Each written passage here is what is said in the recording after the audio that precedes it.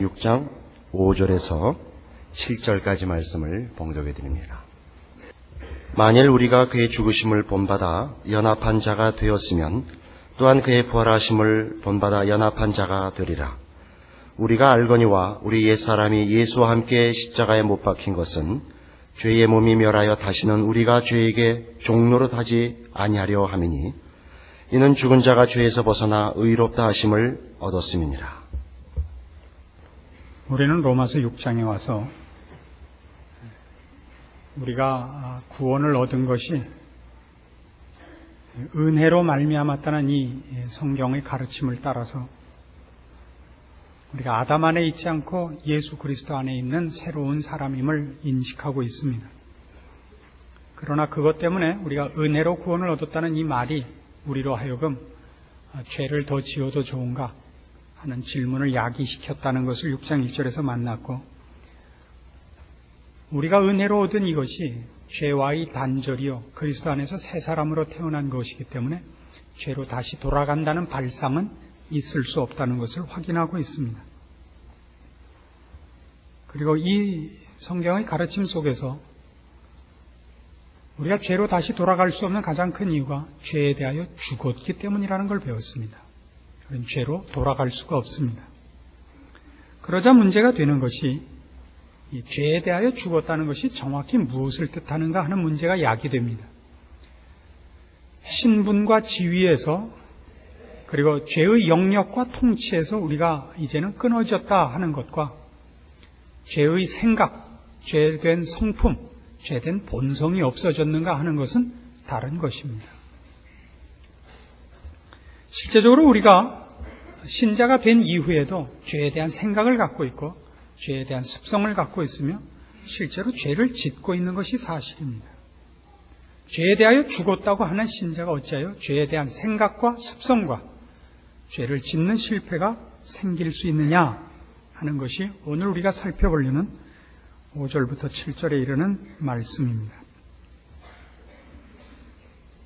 6절에 있는 바와 같이 우리가 알거니와 우리 옛사람이 예수와 함께 십자가에 못 박힌 것은 죄의 몸이 멸하여 다시는 우리가 죄에게 종노릇하지 아니하려 함이라 라는 오늘 가장 중심이 되는 구절을 만납니다. 문제가 되는 것은 바로 여기 있는 바와 같이 죄의 몸이라는 것이 무엇을 지칭하는가 하는 것입니다. 학자들 간에는 우리가 죄에 대하여 죽었다는 것은 여태껏 우리가 살펴본 바와 같은 죄의 신분, 죄의 영역에 속한 우리의 지위가 아니라 죄의 성품에 대하여도 죽은 것을 말한다라는 이들이 있고, 저나 또는 제가 따르고 있는 학자들은 성품에 대해 죽은 것이 아니고 신분에 대하여만 죽은 것이라, 그리고 여기 6절에 나오는 죄의 몸은 그런 의미에서 성품을 가르치는 것이라 이렇게 얘기들을 하고 있습니다. 그래서 우리는 먼저 성경 속에서 신분으로서의 우리와 성품으로서의 우리를 구별하고 있는 성경의 가르침을 먼저 확인해 봐야 됩니다. 성경이 이 둘을 하나로 취급하고 있는지, 즉 우리가 아담 안에 있었던 것을 중단한 우리의 구원, 예수 그리스도 안에 들어와 있는 이것과 그것을 옛사람이라 얘기하고 죽었다고 얘기하는 것과 죄의 성품과 습성을 거기에 하나로 묶고 있는지, 둘을 나누고 있는지를 먼저 성경을 따라서 확인해야 됩니다. 지금 우리가 살펴보고 있는 이 로마서 6장 10절 말씀으로 가봅시다. 그의 죽으심은 죄에 대하여 단번에 죽으시며 그의 살으심은 하나님께 대하여 살으심이니 이와 같이 너희도 너희 자신을 죄에 대하여는 죽은 자요 그리스도 예수 안에서 하나님을 대하여는 산 자로 여길지어다. 신분에 관한 것입니다. 너희는 죄에 대하여는 죽은 자요 하나님을 대하여는 산 자로 여겨라. 신분에 관한 것입니다. 우리는 아담 안에 있지 않고 예수 안에 있습니다. 이것이 우리의 신분입니다. 12절. 그러므로 너희는 죄로 너희 죽을 몸에 왕노릇하지 못하게 하여 몸의 사욕을 순종치 말고 또한 너희 지체를 불의의 병기로 죄에게 드리지 말고 오직 너희 자신을 죽은 자 가운데서 다시 산 자같이 하나님께 드리며 너희 지체를 의의 병기로 하나님께 드리라. 자, 11절엔 이렇게 돼 있었어요. 너희 자신을 죄에 대하여는 죽은 자요 하나님을 대하여는 산 자로 여길지어다. 그러나 12절에 오면 죄로 너희 죽을 몸에 왕노릇하지 못하게 하여 몸의 사욕을 순종치 말고 또한 너희 지체를 불의의 병기로 죄에게 드리지 말고 오직 너희 자신을 죽은 자 가운데서 다시 산 자같이 하나님께 드리며, 거기서 나오는 너희 자신과 11절에 나오는 너희 자신은 다른 것입니다. 그렇지 않습니까? 11절에서 너희 자신은 우리의 우리의 존재의 가장 중심되는, 핵심되는 우리의 존재 근거들, 우리의 존재에 존재되는 핵심, 뭐라 그래야 됩니까? 하여튼 그것이 우리입니다. 신분으로서의 우리는 더 이상 죄 아래에 있지 않고 은혜 아래에 있으며 아담 안에 있지 않고 예수 안에 있다는 것을 가르치는 우리입니다. 그러나 12절에 나오는 그러므로로 이어지는 것은 그렇기 때문에 너희는 죄로 너희 죽을 몸에 왕노릇하지 못하게 하여 너희 자신을 죄에게 드리지 말고 의의 병기로 하나님께 드리라 할 때 너희 자신은 앞에 있었던 신분으로 취급되고 있는 우리 자신이 아니라 똑같은 우리 자신이지만 신분과 영역의 문제가 아니라 실제로서의 우리 몸입니다. 이 둘이 다른 것임을 가르치고 있지 않습니까? 둘은 분명히 다릅니다. 앞에 것은 죽은 것입니다. 아담 안에 있지 않습니다. 그러므로 이제 너희는 너희 몸을, 너희 자신을 의의 병기로 드리라고 얘기합니다.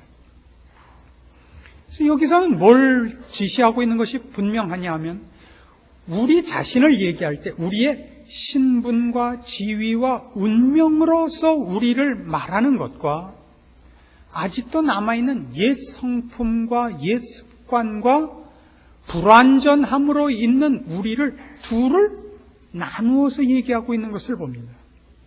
그 중에 어느 일부는 저기에 속했고 어느 일부는 아직 아니고로 나누어 있지 않고 우리 자신을 두 시각으로 보고 있어요. 신분과 지위와 운명으로서의 우리와 실제로서의 우리를 나눠보고 있는 것을 여러분은 지금 성경에서 보고 있다 이겁니다. 그걸 7장으로 가보실까요? 로마서 7장 15절에 가면 좀 더 두드러지게 나옵니다. 나의 행하는 것을 내가 알지 못하노니 곧 원하는 이것은 행하지 아니하고 도리어 미워하는 그것을 함이라. 만일 내가 원치 아니하는 그것을 하면 내가 이로 율법에 선한 것을 시인하노니 이제는 이것을 행하는 자가 내가 아니요 내 속에 거하는 죄니라. 내 속 곧 내 육신에 선한 것이 거하지 아니하는 줄을 아노니 원함은 내게 있으나 선을 행하는 것은 없노라. 내가 원하는 바 선은 하지 아니하고 도리어 원치 아니하는 바 악은 행하는도다. 만일 내가 원치 아니하는 그것을 하면 이를 행하는 자가 내가 아니요 내 속에 거하는 죄니라. 그러므로 내가 한 법을 깨달았노니 곧 선을 행하기 원하는 나에게 악이 함께 있는 것이로다. 내 속 사람으로는 하나님의 법을 즐거워하되 내 지체 속에서 한 다른 법이 내 마음의 법과 싸워 내 지체 속에 있는 죄의 법 아래로 나를 사로잡아 오는 것을 보는도다. 오호라 나는 곤고한 사람이로다. 이 사망의 몸에서 누가 나를 건져내랴. 우리는 지금 사도 바울이 신자된 우리가 두 마음, 두 법, 두 존재로 싸우고 있다는 것을 보고 있습니다. 내 마음속 깊은 곳에서 의를 향하고 거룩을 향한 열심이 있는 것이 사실입니다. 내 속사람으로는 하나님의 법을 즐거워하는데 내 지체 속에서 한 다른 법이 내 마음의 법과 싸워 내 지체 속에 있는 죄의 법 아래로 나를 사로잡아 오더라고요. 그래서 바울이 어떻게 얘기냐면 만일 내가 원치 아니하는 그것을 한다면 이건 내가 아니다. 나는 원래 죄를 원치 않는다 이제는. 나는 의를 원한다. 그런데도 내가 왜 죄를 짓느냐. 그건 내가 아니라 내 속에 있는 죄다. 아주 핑계대기 좋은 표현이기도 하고 그러나 이것이 정확한 신자의 모습을 그려낸 것이기도 한 아주 우리에게 도움이 되는 진술인 것입니다. 여기에서 바로 뭐를 보느냐 하면 우리가 분명히 죄 아래에 있지 않고 은혜 아래에 있으며 더 이상 죄를 소원하지 않고 의와 거룩을 소원하는 사람으로 거듭난 나 자신을 봅니다. 그럼에도 불구하고 우리 마음속에 새롭게 일어났고 새롭게 창조됐고 이제 새롭게 허락받은 것이 내 온 전체를 주장하고 있지는 않은 것입니다. 아직도 죄의 뿌리가 남아있는 것을 봅니다. 그것이 뭐냐 이거예요. 그것이 뭐냐. 옛 성품이요. 아직 다 완전해지지 않은 나의 일부요. 내가 싸워서 이겨야 하는 나의 아직도 불완전한 어떤 모습인 것입니다. 그건 신분과 지위와 운명에 관한 것이 아니라 현실에 관한 것입니다. 그래서 우리는 뭘 발견하느냐면 성경 속에서 분명히 하나님께서 우리 안에 이루신 것과 이루어 나가실 것을 만납니다. 이룬 것은 뭐냐면 하나님의 계획의 시작, 우리에게 확언된 우리의 운명, 영원한 약속들입니다. 그러나 아직도 이루어지지 않은 것이 뭐냐 그러면 아직도 남아있는 죄의 성품들입니다. 이것을 신자들이 가장 많이 오해하고 있는 것이 아닌가 싶습니다. 성경이 이 둘을 나누고 있습니다. 그러나 분명한 것은 그 우리 안에 있는 남아있는 죄의 성품이 우리가 아닙니다.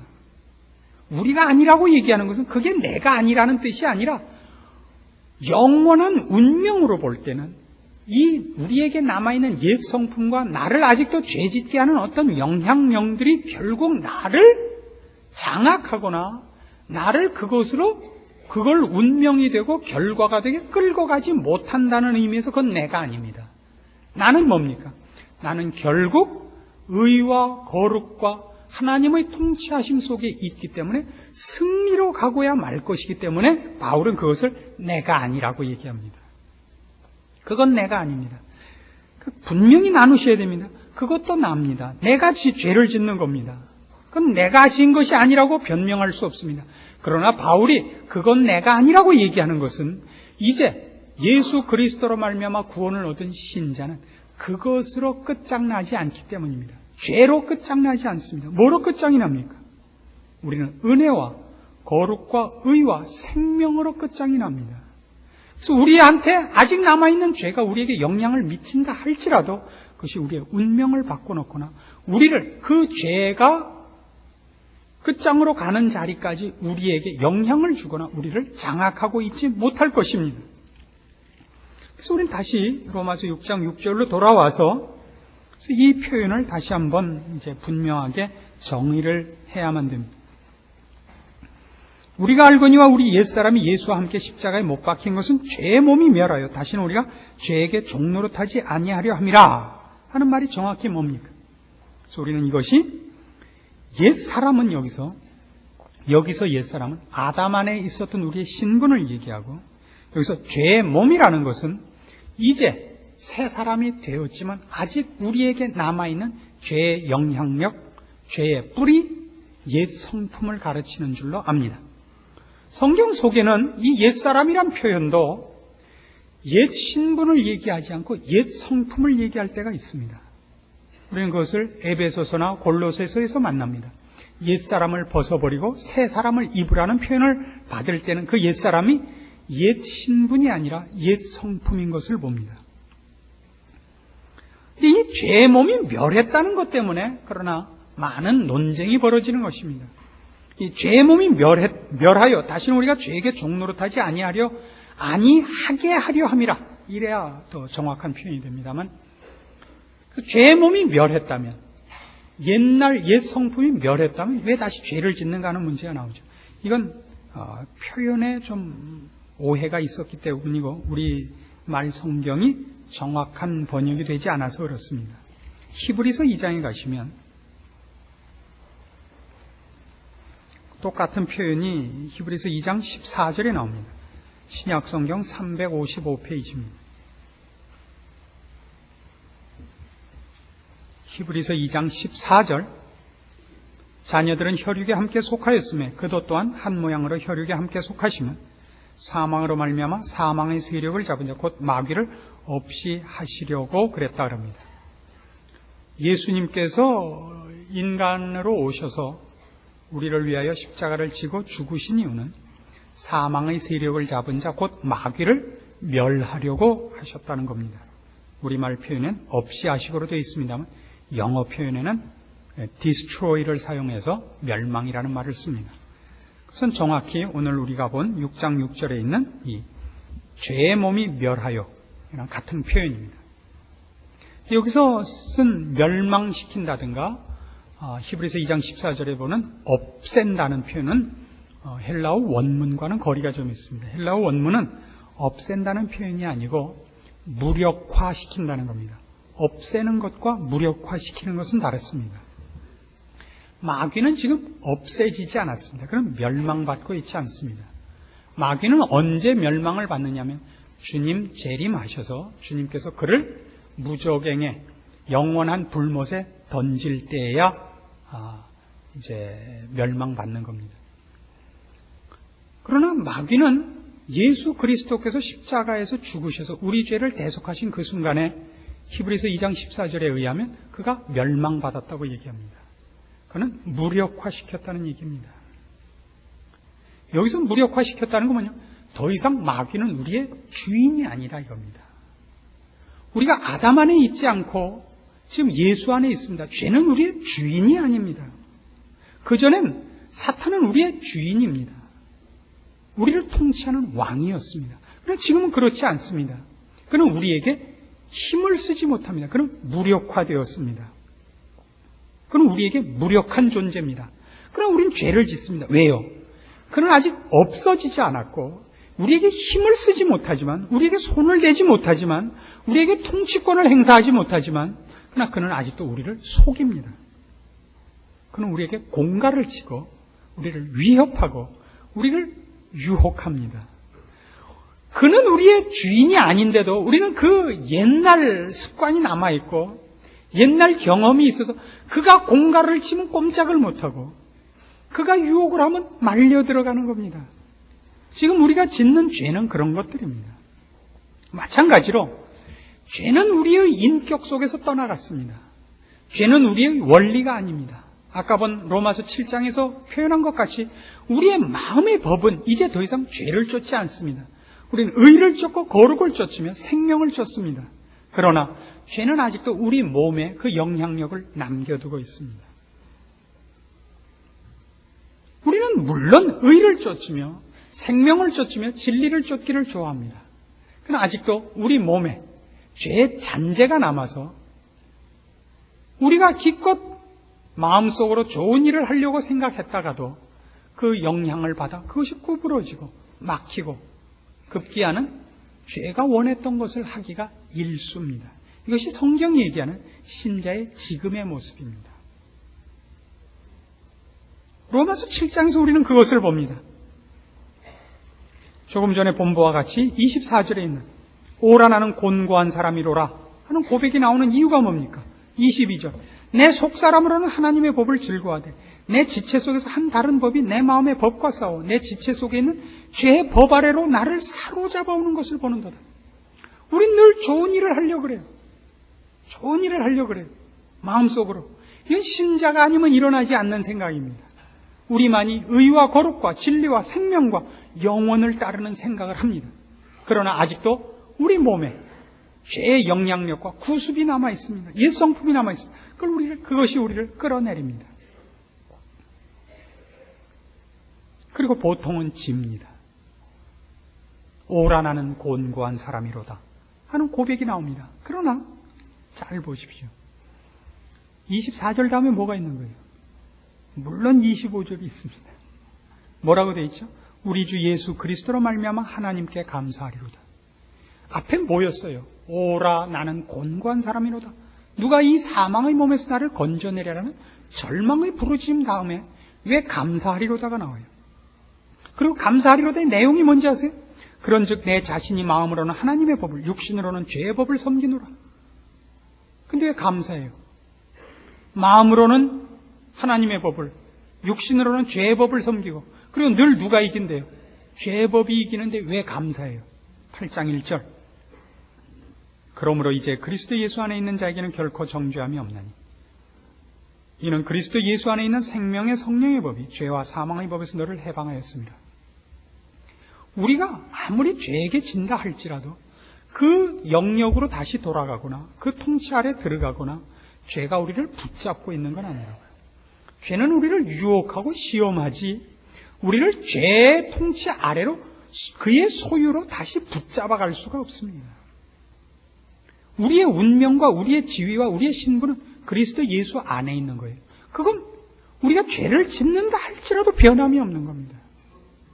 예수를 믿지 않는 자는 그가 착한 일을 해도 착한 죄인인 거예요. 죄인이라고 해요. 신분이.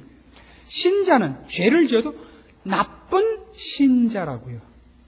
이것이 다른 것입니다. 그래서 이 두 다른 존재, 말하자면 우리가 의인이요, 하나님의 자녀요, 결국 하늘나라에 갈 사람임에도 불구하고 우리 안에 죄가 남아있고 그 옛 성품이 남아있는 것을 성경 끊임없이 이렇게 가르칩니다. 8장 10절로 가봅시다. 또 그리스도께서 너희 안에 계시면 몸은 죄로 인하여 죽은 것이나 영은 의를 인하여 산 것이니라. 예수를 죽은 자 가운데서 살리신 이의 영이 너희 안에 거하시면 그리스도 예수를 죽은 자 가운데서 살리시니가 너희 안에 거하시는 그의 영으로 말미암아 너희 죽을 몸도 살리시리라. 그러므로 형제들아 우리가 빚진 자로 돼 육신에게 져서 육신대로 살 것이 아니니라.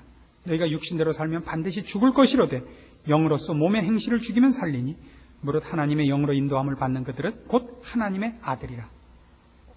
우리는 이 두 갈등 속에 있습니다. 그러나 분명한 것은 우리가 시험에 찌고 죄를 짓는 일이 있다 할지라도 우리는 어쨌든 하나님의 자녀요. 그 신분이 바뀔 수 없는 존재입니다. 그러나 여기서 우리가 하나 알고 넘어가야 되는 것은 이것이 얘기하는 것, 죄가 우리 몸에 아직 그 영향력을 남겼다 할지라도, 그렇다 할지라도 이 몸이 그래서 죄의 원인이라는 얘기는 아닙니다. 우리의 생각 속에도 꼭 거룩한 생각만 있는 것이 아니라 죄의 생각이 남아 있습니다. 성경이 얘기하는 건 꼭 우리 몸뚱아리만을 지칭하려고 그러는 것은 아닙니다. 그러나 주로 죄의 영향력이 주로 남아 있는 건 아직도 몸입니다. 그렇죠? 많은 본능 속에 우리의 죄의 영향력이 남아 있습니다. 그 중에는 욕심, 자존심, 빈정됨 이런 것들이 우리 속에 남아있는데 그것을 몸이라고 그저 얘기를 하죠. 육신이라고 여기서 표현을 합니다. 그래서 이 몸뚱아리를 가르치지 않습니다. 우리의 몸뚱아리가 나쁜 것이 아닙니다. 죄의 영향에 더 많이 아직 쩔어 있는 것이죠. 우리가 어떤 일을 고칠 때 먼저 생각을 고쳐야 됩니다. 생각을 고치면 다 되는 것이 아니라 고친 생각이 몸에 익숙하도록 해야 됩니다. 오죽하면 습관이라는 것이 얼마나 무서우냐 하면 김유신이 술 먹고 지 말에 탔더니 천관녀의 집으로 갔겠습니까? 습관이라는 건 무서운 겁니다. 그러지 않으려고 해도 버텨도 습관이라는 것은 물이 낮은 곳으로 흘러가듯이 흘러가는 법칙이 오래 남는 법입니다. 그것은 우리 몸뚱아리에만 있는 것이 아니고 우리의 정신 속에도 있습니다. 그렇죠? 이것을 성경이 얘기하고 싶어하는 것이지 우리의 몸뚱아리를 없애라고 해서 금욕적으로 되고 이 자학적으로 되고 무슨 수도승이 되고 하는 것을 경건하다고 성경은 가르치지 않습니다. 그래서 우리가 그런 존재라는 것을 성경은 이렇게 분명히 또 알리는 성경 구절을 하나 갖고 있습니다. 로마서 8장 23절입니다. 이뿐 아니라 8장 23절 이뿐 아니라 또한 우리 곧 성령의 처음 익은 열매를 받은 우리까지도 속으로 탄식하여 양자될 것 곧 우리 몸의 구속을 기다리느니라. 뭘 기다린다고요? 우리 몸의 구속. 아직 우리가 온전하지 않아요. 그런 의미에서 신분과 지위에서 온전하지 않다는 것이 아니라 습성과 그런 거룩함에 있어서 아직 온전하지 않습니다. 수준과 성품에서 말입니다. 그래서 우리가 분명히 알아야 될 건 이겁니다. 이런 몸이나 물질 자체가 죄라는 말이 아닙니다. 예전에는 죄가 우리의 인격 전체를 지배했습니다. 그렇죠? 우린 생각으로부터, 욕심으로부터, 소원과 모든 소망, 모든 것에서 죄가 모든 것이었습니다. 이제는 은혜가 내 인격 전체를 지배합니다. 은혜가, 의와 거룩이 나를 지배합니다. 그러나 우리 몸은 아직도 구습에서 벗어나지 못하고 있는 것도 사실입니다. 성경은 그래서 이 죄의 도구로 쓰임 받을 때의 몸을 육신이라 그럽니다. 육신이라는 표현을 쓸 때 그것이 몸이라 그럴 때도 아까 죽을 몸 그러는 것은 이 몸은 없어지고 정신만 구원을 얻는다는 표현이 아니라 죄의 원리대로 우리가 쓰여질 때, 그의 도구로 쓰여질 때는 우리를 육신이라는 표현을 자주 씁니다. 그러니까 이런 건 아닙니다. 육신은 악하고 정신은 선하다가 아닙니다. 그래서 속사람, 겉사람 그럴 때도 속사람 무슨 저 속에 무슨 회충 있는 옆에 있는 사람이고 겉사람은 이 껍데기고 이런 건 아닙니다. 그러니까 무슨 여러분 그 예태 목사님이 하시는 식으로 뭐 겉사람을 죽이는 것 그래갖고 쓰러지는 것이 겉사람이 죽는 게 아닙니다. 그건 아니에요. 죄를 짓는 건 껍데기만 짓는 것이 아니라 죄 생각이 여러분을 지배하면 그때는 여러분은 육신에 거한다라는 성경이 이걸 거룩한 것과 그렇지 않은 것을 대조하기 위하여 표현을 그렇게 쓰는 것이지 이 물질적인 것 이것은 악하다 이렇게 생각하는 건 넌센스입니다. 그러나 하여튼 우리는 그 습관이 우리에게 많이 남아 있습니다. 그렇죠? 생각과 행동에서 그것이 많이 남아 있습니다. 그래서 빌립보서 3장으로 가보십시다. 이 모든 것의 완성에 대한 소망을 성경은 여러 군데서 가르칩니다. 빌립보서 3장 20절입니다.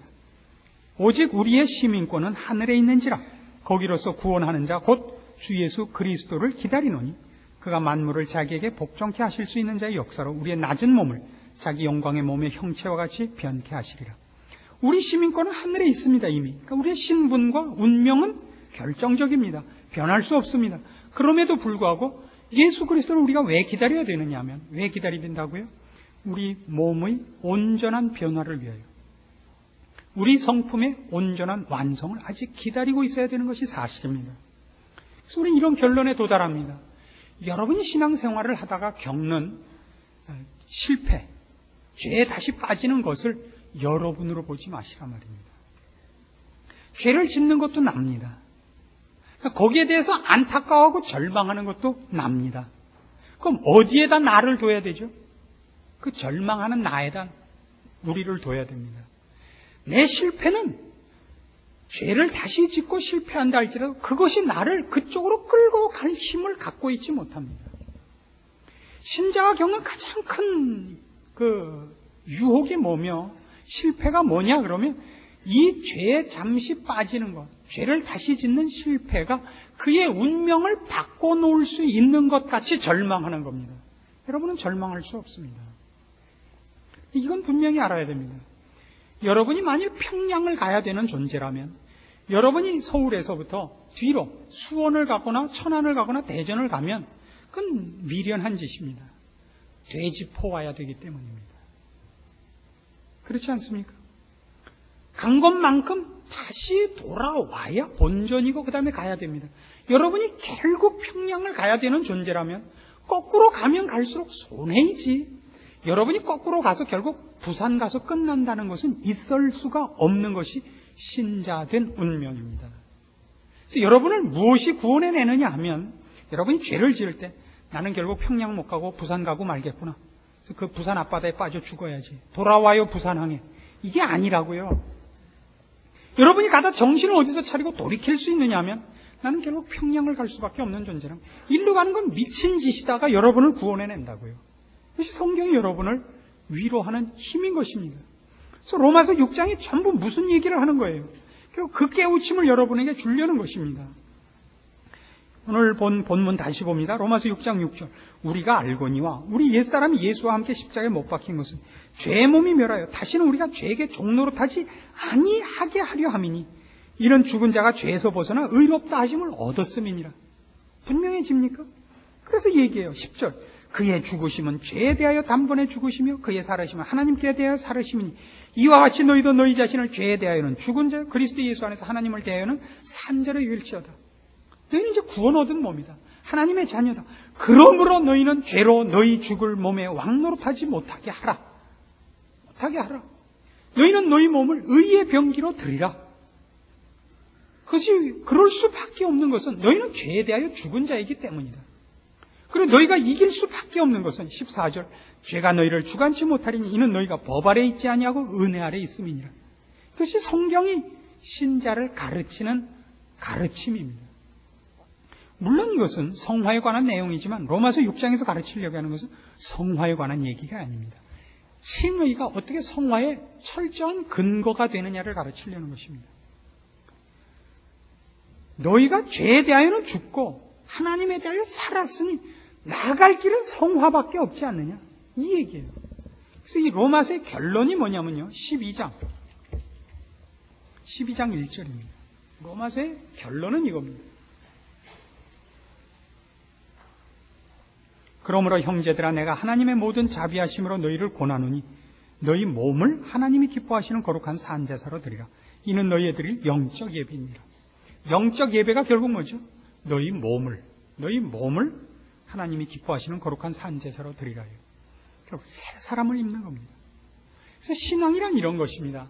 지금 한국교회 가장 크게 문제가 되는 것이 뭐냐? 그러면 저는 이 문제를 꼽고 싶습니다. 한국교회는 너무 사업 위주입니다.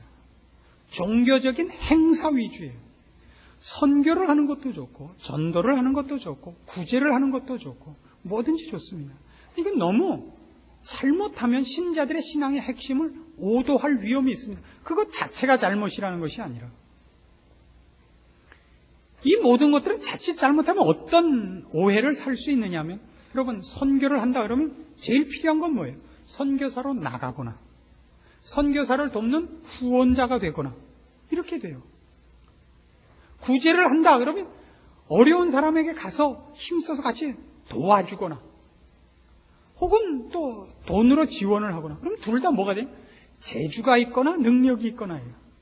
그래서 한국교회는 자꾸만 신앙이 어디로 가냐? 능력으로 가고 있습니다. 능력으로 가다 보면 똑똑한 자와 경제적인 능력이 있는 자가 평가를 받습니다. 이건 참 큰일 날 오해 중에 대표적인 겁니다.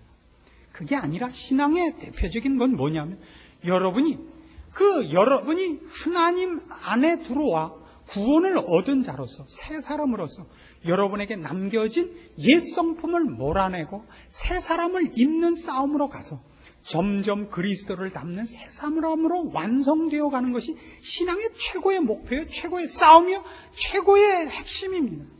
그것은 종교적인 행사를 하느냐 안 하느냐와 전혀 무관합니다. 종교적인 행사로 나올 수도 있습니다. 그럼 훨씬 많이는 여러분 자질구레한 일에서 여러분의 성품의 변화를 증명해내야 됩니다. 사람과 사람의 부딪힘 속에서, 자존심에서, 다른 사람에게 받는 오해에서, 세상적인 유혹에서 여러분이 신자로서의 변한, 그래서 옛 성품을 벗어버리고 새 성품을 입은 여러분의 몸을 산 제사로 드리는 영적 예배로 여러분을 증명해야 되고 여러분을 진전시켜야 됩니다. 그래서 어떤 사람들이 교회에는 특별히 오해를 많이 스스로가 하고 있느냐 하면, 이 종교적인 사업, 신앙적인 어떤 형태의 일들에 몰두하고 있는 자들, 여전도회 회장,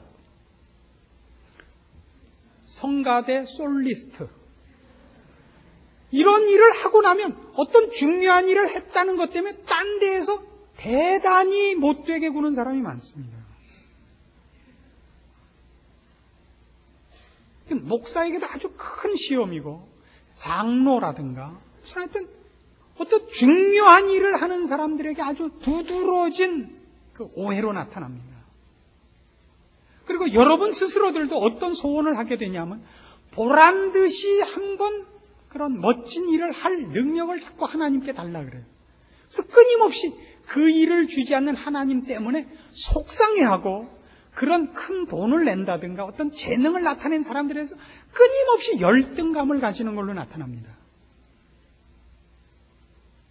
너무 아픈 데를 찔러서 죄송합니다. 이걸 이겨내야 됩니다. 교회 안에는 아무도 잘난 사람이 없습니다.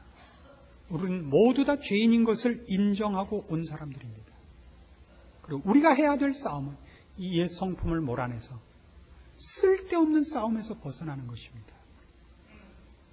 예수 그리스도께서 기꺼이 십자가를 지신 그 성품에 참여해야 되는 것입니다. 오른편 뺨을 맞으면 왼편 뺨을 대는, 누가 억지로 오리를 가자 그러면 심리를 가는 그 사람으로 바뀌는 것이 결국 이 싸움의 승리지요. 여러분이 얼마나 큰 일을 하느냐는 전혀 신앙과 무관합니다. 전혀 신앙과 무관합니다. 여러분의 싸움을 이 신령한 싸움으로 이제 초점을 맞추시고, 그리고 여러분이 누구인가를 다시 한번 기억하시고, 여러분의 싸움이 여러분 내부에서 일어나고 있는 것을 분명하게 확인하십시오. 여러분은 질 수 없는 사람입니다. 그러므로 이겨야만 됩니다. 이기기까지 여러분 포기하지 마시고 낙심하지 마시고 졌거든 다시 일어나면 됩니다. 기도하십시다. 하나님 아버지 은혜를 감사합니다. 우리의 우리 된 것을 알리셨습니다. 우린 실패될 수 없습니다. 그러나 실패하고 있습니다. 그러나 그것이 우리의 운명일 수 없습니다. 이것을 우리에게 알리셨고 우리에게 허락하셨으니 이제 우리 모두로 힘있게 신앙으로 우리의 싸움을 이기게 하사 주를 닮게 하시고 주의 자녀답게 하시고 새 사람을 입히시사 그 거룩함과 온전한 영광을 누리게 하시옵소서. 예수님의 이름으로 기도합니다. 아멘.